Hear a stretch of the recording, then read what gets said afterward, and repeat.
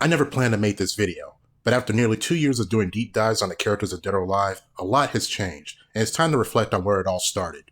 This is Osmic, your content creator on all things related to Dead or Alive lore and trivia, and as the title suggests, this is a response video to an old video I made.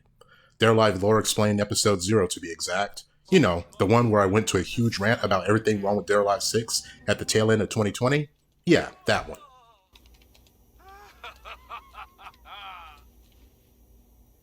Oh, gross. After spending some time doing research on these characters and what makes them so appealing, my perspective has changed a lot since then, and so has many of my opinions regarding that episode. Some more controversial than others, but don't get your pitchforks out just yet. Before we get into all that, let's get the things I still stand by out of the way. 1. I do think the business practices surrounding the game still suck, and they always will suck. Let's not beat that dead horse any longer. 2. And I can't stress enough how this grounds my gears, I do think they did Rachel and Momiji dirty, both narratively and in accessibility. 3rd, I still stand by the belief that Diego's backstory needs greater expansion, especially when put side by side with Nico.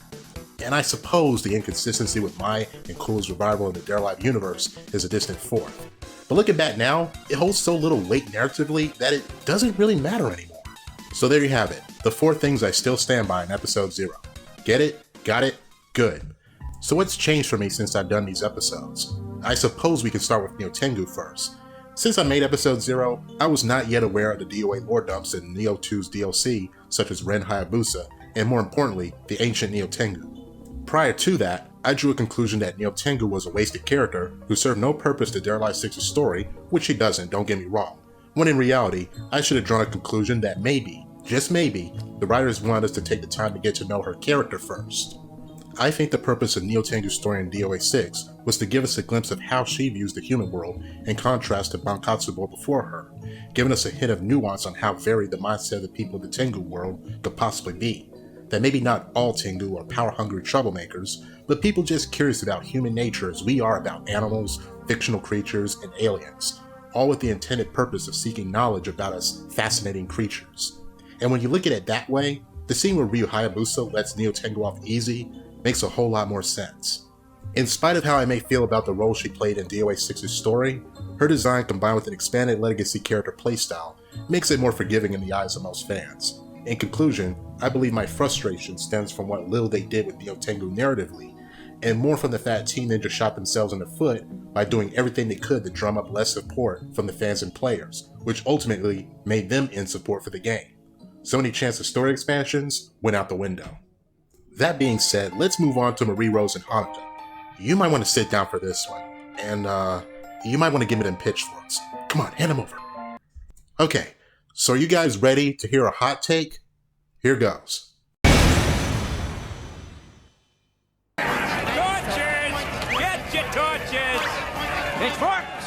Can't be an angry mob without pitchforks! Yeah, I know this is a tall order to defend, but damn it, I'm willing to die on this hill. You know what? Fuck dying. I'm a survivor, and you're gonna hear me out anyway. Yeah, I said it. Marie Rose and Honoka are indeed good characters, and despite how some of you may feel about them, they made the right call to give them plenty of screen time in the story. Yes, they're a painfully obvious comic relief duo, and aimed squarely at fans of the mole archetype. And yet, this was just the shakeup that the series needed to stay fresh. Zack alone can't carry all the weight. While Honoka didn't really do much to break from the typical mold of the female characters of Dead or Alive all looking like your typical Ground Wars supermodel, Marie Rose most certainly did the job by being the first female character, whose charm was definitely not in the bump mapping. However, making them a duo certainly helped carry their popularity even further, as most saw them as polar opposites of each other or just plain cute as a couple. Before you knew it, they became just as popular as the actual faces of the franchise themselves. But Osmic, that still doesn't answer the question of how they're good characters. Don't worry, I'm about to get to that. As you know by now, Honoka is the illegitimate daughter of Raito, and by extension, Ayane's half-sister. But just as we don't know everything about Nyotengu, let alone the Tengu world, there's still a layer of mystery to her character, like who her birth mother is, or who her grandmother actually looks like. It can even be speculated that she wasn't a naturally born child at all, and it's probably a test tube baby who was given memories at birth. Add Raito's legacy playstyle of various movements of other characters, and a not-so-bright personality, and you have a recipe for Leaving this pool will only bring disaster. right. Disaster. If Honoka was such a disaster, she would not be featured in so many games outside her own IP, though her similarities to a certain anime character may have a lot to do with that too. But moving on to Marie Rose. I gotta be honest, it's hard not to appreciate a good gothic Lolita design, and Marie has it in spades. And what makes her a good character is just like Zack, we know so very little about her. Tell me, when was the last time you sat back and thought, where the actual fuck did Marie Rose come from? And how come Helena trusts her so easily as her servant? I mean, her tagline is wicked little servant for crying out loud. Is it the writers telling us that she's a double agent for Mist? That maybe she has a criminal record and making up for it by being in Helena's service? And I never noticed this until recently watching the entire story mode again, but did you ever notice that of all the characters Nico saw and met personally, Marie Rose was the one and only character she didn't acknowledge, or at least pretended not to? Seriously, watch all the story cutscenes that Nico is in and tell me I'm not crazy.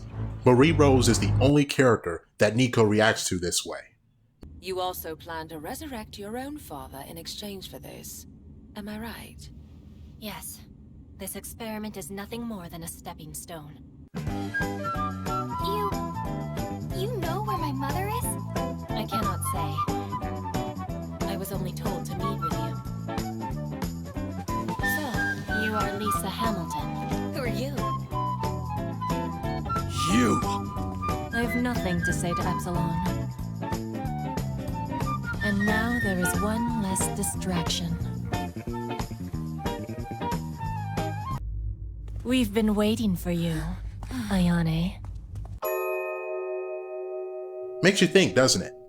Now call this a spicy take, but if I didn't know any better, I'd say that Marie Rose and Nico are in some way related. But Nico wants to avoid giving that away at any cost, and I also suspect that Marie knows this too, which explains why she's more quiet than she usually is. Seriously, what the fuck do we really know about Marie Rose? It's a damn good question, and the ongoing mystery about her, at least for now, makes her a damn good character with vast potential at the hands of the right story writers. Assuming we ever do get a Dead or Alive 7, that is. Oh, but I've saved the spiciest take for last. Victor fucking Donovan. Now you remember where I point out his impact as a villain was somewhat diminished because his motivation for everything that happened in the series by far was to covet the late famed Douglas's wife for himself, even in death? Well, I got another spin on this take. What if Donovan's motivation for reviving Maria isn't lust at all? What if Maria was Victor Donovan's sister? He had always objected to his marrying famed Douglas for whatever reason. Okay, he's obviously a womanizer with a gajillion mistresses, but that's just one reason. We technically never knew Maria's family name, so that's always a possibility. In this context, it makes a lot more sense why he hired Christie to kill Helena Douglas right after he hired Bayman to assassinate her father. But when it was revealed that she killed Maria by accident, Victor Donovan's callousness toward her death could be seen as him coming to terms that her sister and her offspring were being tainted by the man he never found worthy of his sister, and the only cure was to kill her off and revive her anew, hence giving him the excuse he needed to conduct his experiments leading to the reanimation project, even if it meant using Helena rather than outright killing her. If all this sounds insane, that's because it is, but this is Dead or Alive, remember that.